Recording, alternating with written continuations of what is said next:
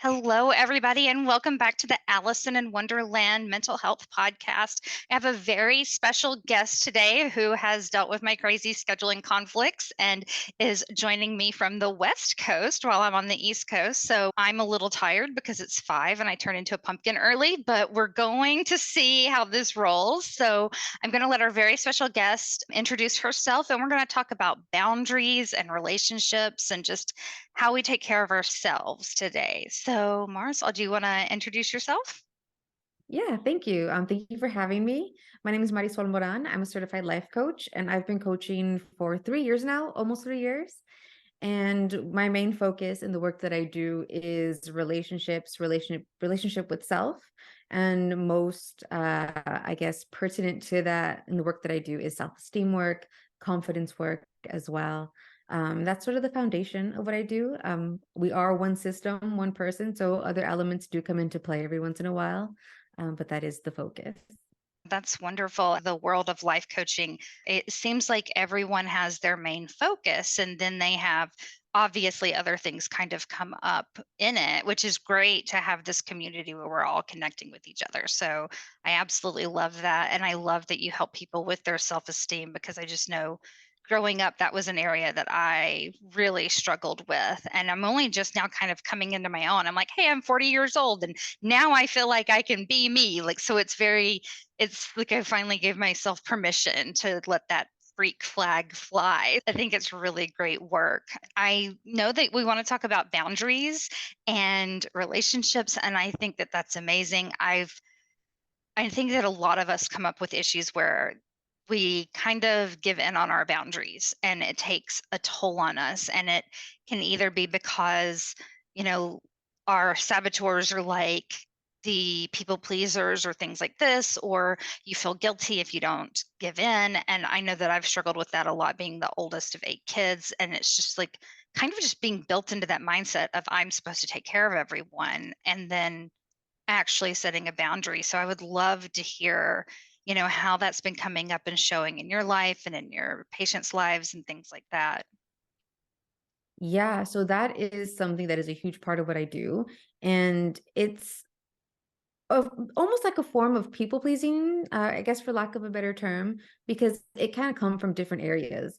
So you already mentioned too of like feeling kind of guilty of not doing something, kind of like maybe being pressured, and we kind of just fawn and we just go along with it. And that can come up in multiple areas of life, personal, professional.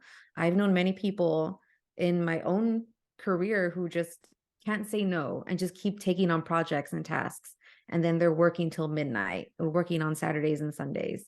But also, again, like you mentioned, the older sibling who is taking care of everybody.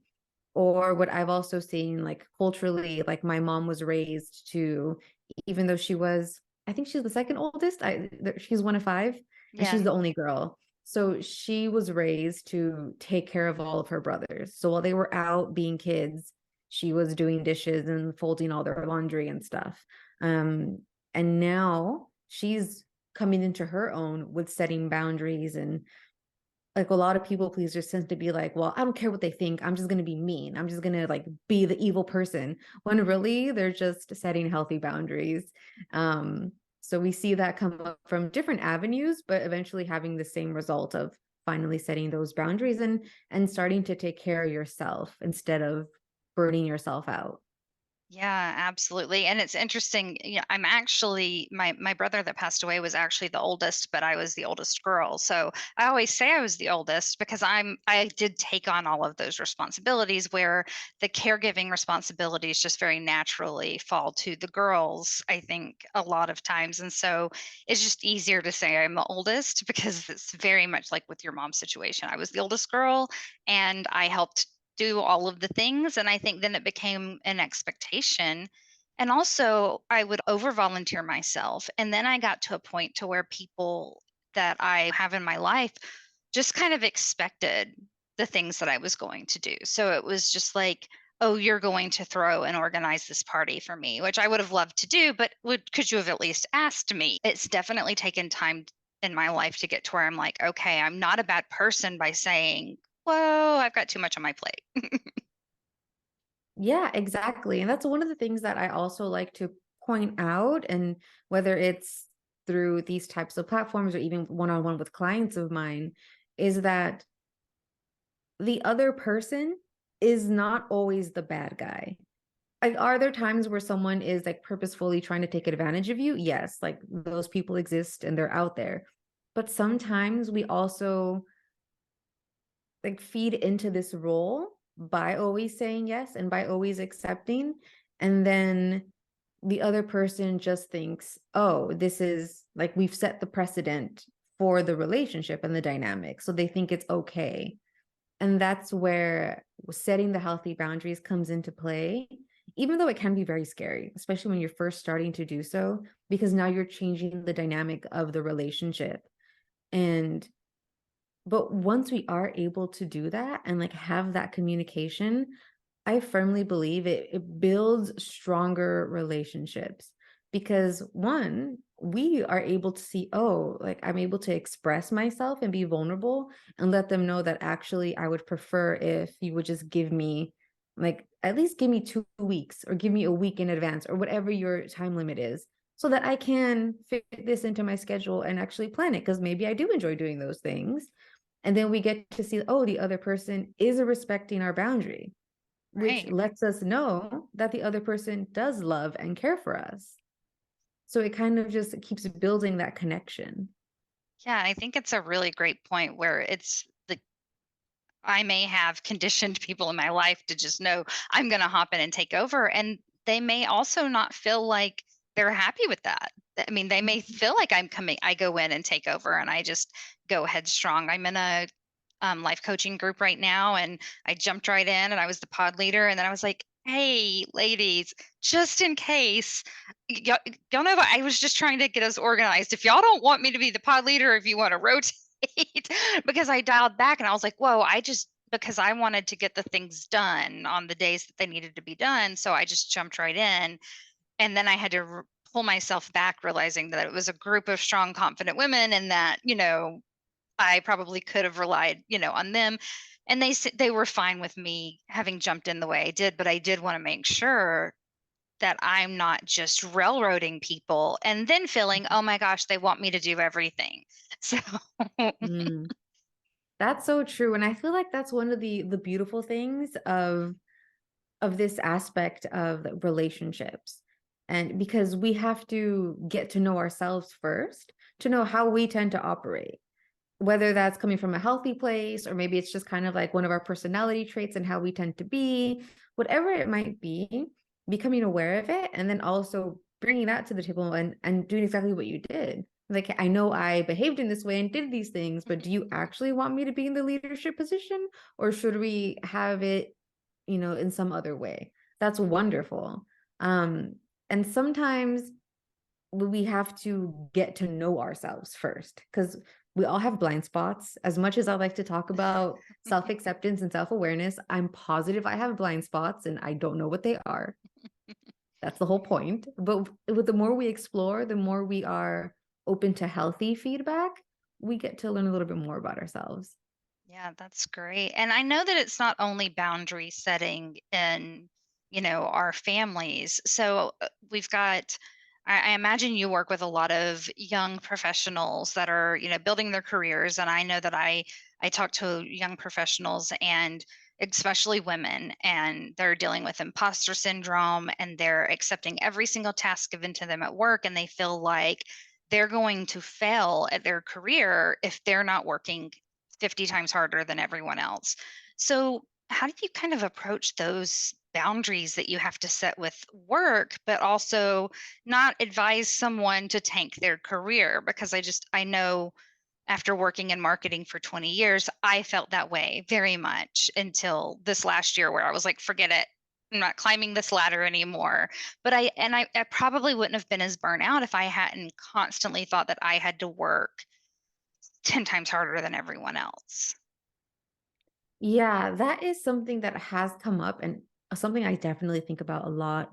Um, It is dependent upon the environment that the person is in. And I say that meaning like how they approach the situation. So if you are in a healthy work environment where you can very easily set up a meeting with your supervisor and tell them, there's a lot on my plate right now. I don't know how I'm going to get all this done. Can we find a way to make this more sustainable? And they're going to be open to that conversation. Wonderful. Let's just figure out how to maybe build your confidence to do that. Perfect. Other times we might realistically fear some sort of like retaliation or maybe whatever. It's just not a healthy work environment. So we have to be a bit more tactful on how we go about these things. And that's fine. But I would say the most important thing is to figure out how to have that conversation, because ultimately that's what needs to be done. And sort of like the approach is going to be the most important aspect. So if that's saying, I want to get all this work done and I want to do it well, what's the priority? Which project is most important for me to complete first, or whatever that might be, so that you're still able to do all the work, but in a more sustainable timeline. So I would think the approach would probably be the best depending on your work environment. Yeah, I think that's great. And I also think, coming from a manager position in corporate America, if I had someone come to me and say, I actually, I don't want to delegate these tasks, I want to do them. What's the priority? And sit there and like sort out the priority for that, like with them, I would love that. I know that not everyone's that way. So, but I think that would be great. But I also would be like, okay, well, maybe these other two things that are the end of the priority list, we can give them to this person who maybe doesn't have as much. And so I think that I've always been really big on capacity planning and trying not to overwork people, but that's obviously not the way every company works. I know that a lot of times it's the people that are the best at their jobs end up having to do the most work because people keep giving them things. You don't get a 4-hour work day because you get your stuff done twice as fast. Right, you get more work because you do your work well. Right. I've heard people say that, like, I feel like I'm being punished because I'm efficient or because I do a good job. And that as a manager, I'm sure that's difficult to maneuver. Um, but again, I kind of feel like that goes back to like building the confidence piece, because another aspect that I wanted to touch on is that sometimes it's like, and I've witnessed this myself, where it's scary for people to speak up because they're living paycheck to paycheck. So they're just like, I don't want to rock the boat because I don't want to lose my paycheck. Right. And that is a very real fear that I know so many people experience. And that's when we need to have a very vulnerable conversation with ourselves and think about, what is it that we really want to do right now? Do we want to say something and work through that fear, move with that fear, probably like feel the fear and march forward with it and be brave and courageous? Or do we want to just let it be and focus more energy on finding another job? And that is also a very real option, because sometimes we are too afraid to rock the boat. And I get it. Sometimes we just need that paycheck. So I want to leave room and space for that, as well as another finding other avenues to be creative to sustain ourselves, basically. Yeah, that makes perfect sense. And I think most of America is living paycheck to paycheck. It's not the normal to not be. I think that we see these people that have all of this extra money and they're doing investments and things, and we kind of compare ourselves and think, oh, well, I'm never going to be there. But I think most Americans, when you're looking at the grand scheme of things, are living paycheck to paycheck and they have people to support. And if a tire goes flat, that's a huge deal. And if they lose their job, if it takes 2 weeks to find another one, that's 2 weeks. That's very difficult. I definitely understand that. And I talk to people a lot that are like, oh, well, I can't lose my job. And so I am of the focus of sometimes seeing what the next good thing could be helps. So if you do your work during the day and then you kind of flip through jobs on LinkedIn on your phone at night, you're looking at how you may be able to improve. And I did that when I moved up to Kentucky to our mountain, was I lived in this horrible little HOA neighborhood where they would measure their grass. And 2 years before we were even going to be ready to move, I would look at Zillow listings for farms all day, like on my phone at night. So just kind of that thing to look forward to. So it's like you don't want to discount the fact that they do need to pay their bills, but then there are steps they can take. And I think that the self confidence when you're interviewing is a huge deal. I mean, I can talk in an interview easily, but there are so many people that are so much smarter than me that might not get the job because they don't have that confidence or they don't have the EQ. Their IQ is so high. And I think it's such a disservice to them that the interview process is so built around the personality and the self-confidence that you carry into it. That's so true. I've had this conversation a lot with different individuals, not just in a coaching environment, but also just like in life. And one of the things that I've kept hearing a lot, like it took me a long time to move past the meritocracy and like it's a meritocracy, whoever's best for the job is going to get it. Like I firmly believe that's so bad. So it took me a while to really hear and accept when people would tell me that when you go to an interview, like you qualify for the job. Like they chose you because they thought that you fit the job description and would do a good job. The interviews are just to see if they like you. And maybe that's not true everywhere you go, but there's a lot of validity in that statement. And you're right. It's unfortunate that that's what it comes down to. Yeah, especially now that it's great that everyone's paying attention to corporate culture, but then when they're hiring, it's also very much, are you a culture fit? So it might not even be about your personality, but it's, does your personality fit with the personalities we already have?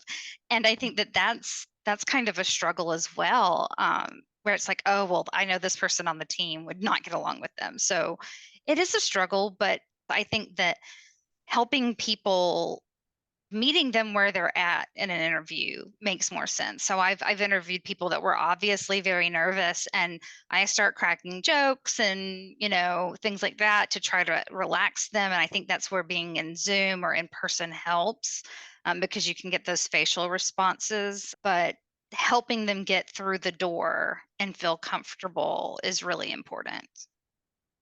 I think that's fantastic. I tend to work with people who are on like the opposite end as like the interviewee, not so much the interviewer. But I think that's wonderful. I think that there is a lot of work and a lot of good work that can be done by people who are already in that environment, who are doing the interviewing, who are doing the managing. Um, and not so much the person who is the employee or coming into the interview. At the same time, this is where I feel like that confidence building piece comes into it. Because you mentioned earlier how like it is so nerve-wracking, or maybe you don't feel confident, even though you are very intelligent and you fit the role well, like you could succeed in the role, in the position. Um, that's one of the things that I often, again, this is one of my passions that I don't actually get to talk about too often. Um, but when it comes to that aspect, the building the confidence piece in for that interview process as well. I know that in this space, we often talk about it's not a one-way street. You are also doing the interviewing. Like they're looking for a good employee. You're looking for a good employer.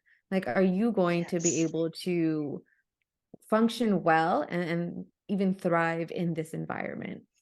And it's one thing to say that and know that, it's another thing to have that confidence of like, I'm also trying to figure out who you are and how do you operate. And that's a whole different level of presence as well. And it takes, I think, different things for different people. So like in my position, I feel like I've had so many jobs that I eventually just ended up really not liking, to put it lightly. Um, and I now feel like if I'm ever in the position now where I need to go back to the 9 to 5 or anything in that nature, I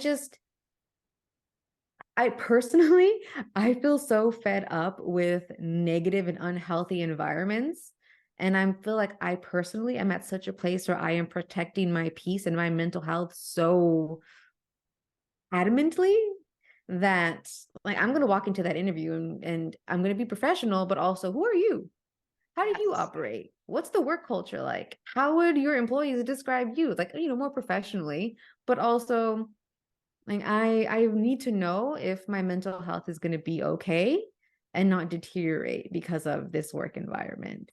And I think that from a hiring manager side, when they're like, "Do you have any questions?" I obviously have known when someone just Googled, like, what questions should I ask in an interview? And it's always like, What's the room for advancement? How do you see this position growing?" And I'm usually to the point where, yes, I want people to grow in a role, but I also want you to be interviewing for the role that you're interviewing, not talking about what can we do for you in the future when I haven't seen you work. I like it when they come in with those questions because, in my mind, it doesn't seem like they're just going to accept whatever is the top dollar offer, which means they're not a flight risk if they're actually picking the company that's right for them.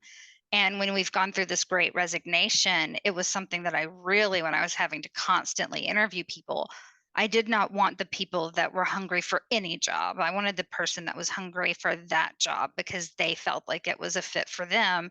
I don't think I'm the norm when it comes to hiring managers, but I think that I think the world's getting there. I think that as the next generation of managers are being trained, we're getting to that place. So understanding what those questions should be as far as like how you're going to fit and like how your heart is going to feel at the end of the day, or is it soul sucking? I think that that's so much more to take away from an interview than, well, how am I gonna get to the next position? Right. And I think that's incredibly just like wonderful because and from my personal experience, I don't think I've ever really met a manager in terms of my full-time work. My part-time work, yes, but in terms of my full-time work, who like really was looking for that and mindful of that. Um, but I think that's also where like the boundaries and all that does come back into play because one of the fastest things that leads to burnout is the lack of boundaries because we're constantly working. Where I've done it myself, where I'm working after hours, I'm staying late in the office. Um, it's a Saturday and I'm working on something because I feel like that's what my environment is demanding of me, or I have so much work that like I need to do this, or else I'm going to fall behind, and then it's going to be my fault, and then maybe I'll lose my job or whatever it is. That fear that's there. But I think that if more this this sort of like movement I've also been seeing online, where people are setting boundaries in the workplace, but also managers are mindful of their teams and that their teams are human beings with lives outside of work and Yeah. that That they have sometimes jobs to pay for those lives. exactly that they have other commitments, they have other things they need to do, not just work all the time. I think that's also an important component to what's coming. And I honestly, my personal opinion is that it also raises morale and productivity. Um, So it hinders my mental health to not check my emails over the weekend. But I've learned that it doesn't set the team up in a healthy way if they see me replying to clients. It doesn't set realistic expectations if I'm replying when it's after business hours. So I'll schedule messages. I'll reply to emails, but I'll schedule them for Monday morning. And I also wake up super, super early, and I just assume that everyone has like Slack muted on their phone at night or certain times. Well, now I have an alarm on my phone that tells me that it is an okay time to send people messages. So I know that because I'll get up and I'll start sending them. And I realized that I was trying to do what was healthy for me by doing the work when I was super sharp and wanted to, but to other people they were waking up to 20 messages. And so I've mm, tried to dial it down, and now what I tell people when I work with them and we've got Slack or Hangouts or whatever kind of chat, I'm like, delete the app from your phone while you're on vacation. delete email from your phone and then put it back on there is usually what I recommend them, because I know for me, I'm going to check it if it's on my phone, no matter where I am. Yeah, that's incredibly just wonderful. Like again, like that self-awareness.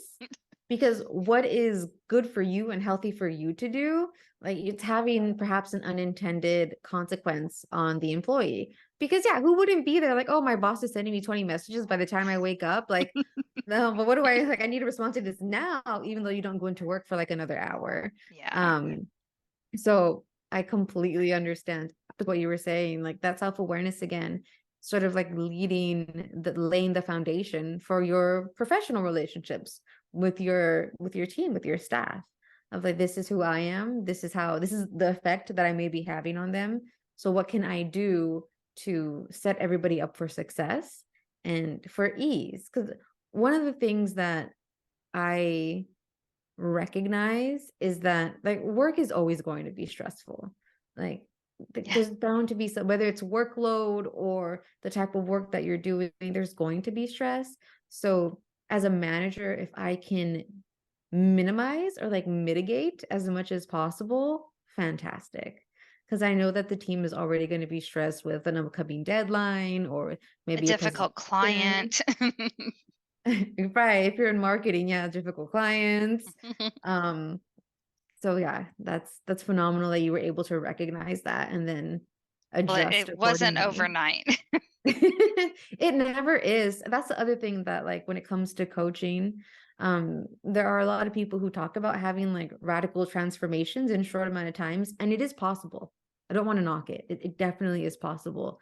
I have found that like sustainable shifts tend to happen a little bit more slowly. And it's something I talk to my clients about as well, that if you've been feeling or thinking about yourself for a certain way for like the last 10, 20 years, it's not going to go away in a month.